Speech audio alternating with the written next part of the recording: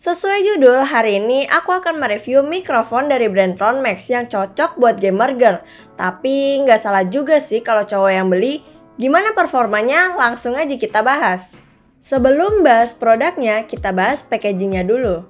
Packagingnya ini cukup oke dengan foto dari mic-nya pada bagian depan, serta diberikan penjelasan untuk fitur-fitur yang bisa kalian dapatkan di Tron Max M4 Rosa Edition. Di paket pembeliannya, kalian akan mendapatkan L-shape Type-C cable berwarna soft pink, buku manual, pop filter, serta stiker Tron Max. Sekarang kita bahas produknya. Dimensi dari mikrofon ini cukup besar dengan bahan metal yang kokoh, membuat build quality-nya terbilang mantap. Beratnya aja sampai 664 gram. Jadi kalau kalian taruh mic-nya di meja pun gak akan mudah jatuh walaupun kesenggol-senggol tangan. Gak cuma bikin build quality-nya jadi mantap, tapi bahan metal ini juga bikin looks-nya jadi lebih premium. Apalagi warna rose gold-nya ini cakep banget. Ditaruh di setupku yang serba pink jadi matching. Aksen abu pada knob dan bautnya juga gak kalah menarik. Ditambah desain acoustic chamber-nya juga kece banget. Bikin aku sayang buat pasang pop filter. Pokoknya untuk urusan desain aku suka deh.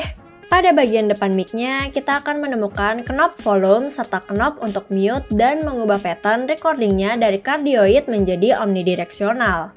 Kedua pattern ini punya fungsi yang berbeda. Seperti cardioid yang cocok untuk streaming dan podcast karena mic-nya lebih menangkap suara dari depan dan sisanya tidak terlalu diterima. Sedangkan omnidireksional yang lebih cocok untuk conference call karena suara dari kiri, kanan, dan belakang pun ditangkap. Pada knobnya pun diberikan LED indikator untuk memberitahu mode yang sedang digunakan. Seperti biru yang berarti mode cardioid, hijau untuk mode omnidireksional, dan merah untuk mute. Untuk volume knobnya kecil banget, dan buat aku sih agak susah ya untuk menggunakannya. Karena ukurannya kecil dan seret gitu, nggak seperti knob di atasnya. Pada bagian bawah terdapat Type-C interface serta jack audio untuk monitoring. Jadi kalian bisa mendengar suara yang ditangkap mic-nya secara real time. Ini berguna banget buat aku saat dubbing untuk voice over. Jadi aku tahu apakah ada noise atau suara sekitar yang masuk saat aku dubbing. Oh iya, kaki stand-nya ini bisa dilepas loh. Jadi kalian bisa memasangkan mic-nya ke boom arm atau shock mount kalau kalian punya.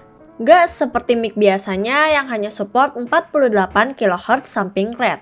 Mic ini sudah support 96 kHz studio quality. Nah sekarang kita akan buktiin di tes mic apakah 96 kHz ini bakal bikin suaranya jadi makin bagus. Aku bakal bandingin juga dengan mic Siren Mini dengan warna pink juga biar kalian punya bayangan seberapa bagus hasil dari mikrofonnya. Gedung sekolah baruku tinggi dan luas, terdiri dari bangunan-bangunan bercat putih bersih yang didirikan bersebelahan, mengapit kebun asri yang luas. Lapangan tenis, sepak bola, dan atletik dibangun di bagian belakang gedung. Minggu pertama bulan April merupakan favoritku saat kuncup-kuncup bunga mulai bermekaran dan berjalan kaki di kota terasa seperti berada di tengah padang bunga yang harum. Jalan setapak menuju Kataguragakuen sekolah baruku, dinaungi oleh pohon-pohon raksasa berbatang kekar dengan dahan-dahan yang syarat oleh sakura.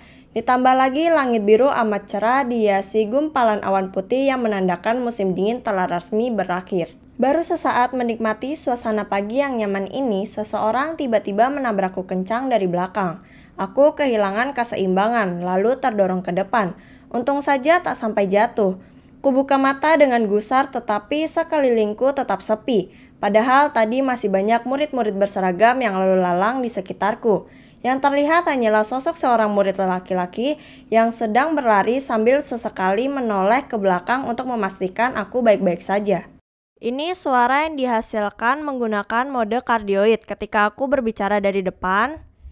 Ini ketika aku berbicara dari samping kanan mic-nya. Ini ketika aku berbicara dari bagian belakang mic-nya. Ini ketika aku berbicara dari samping kiri mic-nya.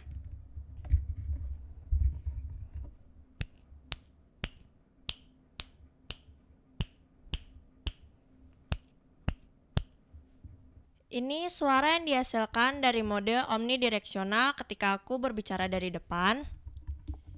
Ini ketika aku berbicara dari samping kanan mic-nya.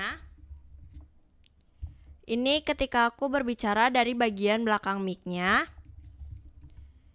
Ini ketika aku berbicara dari samping kiri mic-nya.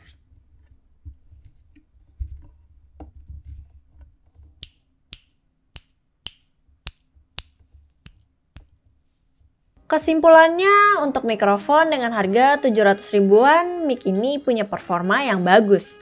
Suaranya nggak pecah, noise-nya minim, desain dan build quality yang bagus, serta fitur seperti 2 recording pattern dan audio monitoring yang berguna buatku. Yang kurang sih di volume knobnya yang kecil banget, serta tombol mute yang nggak efisien karena jadi satu dengan knob pengubah mode. Bakal lebih asik kalau bagian atasnya bisa di-tap untuk mute mic. Satu lagi sih, kalau kalian putar knobnya ke bagian kardioid sampai mentok, bakal ada suara nging gitu di sepanjang record. Jadi kalau kalian mau menggunakan mode kardioid, putar 90 derajat aja, tepat di logo kardioidnya. Lainnya sih oke banget, dan mic ini bisa jadi wishlist kalian, apalagi para gamer girl yang nyari mic di bawah sejuta dengan performa yang maksimal. Oke, itu aja dari aku. Jika kalian punya pertanyaan atau kritik dan saran bisa kalian tinggalkan di kolom komentar. Aku Fainila, terima kasih.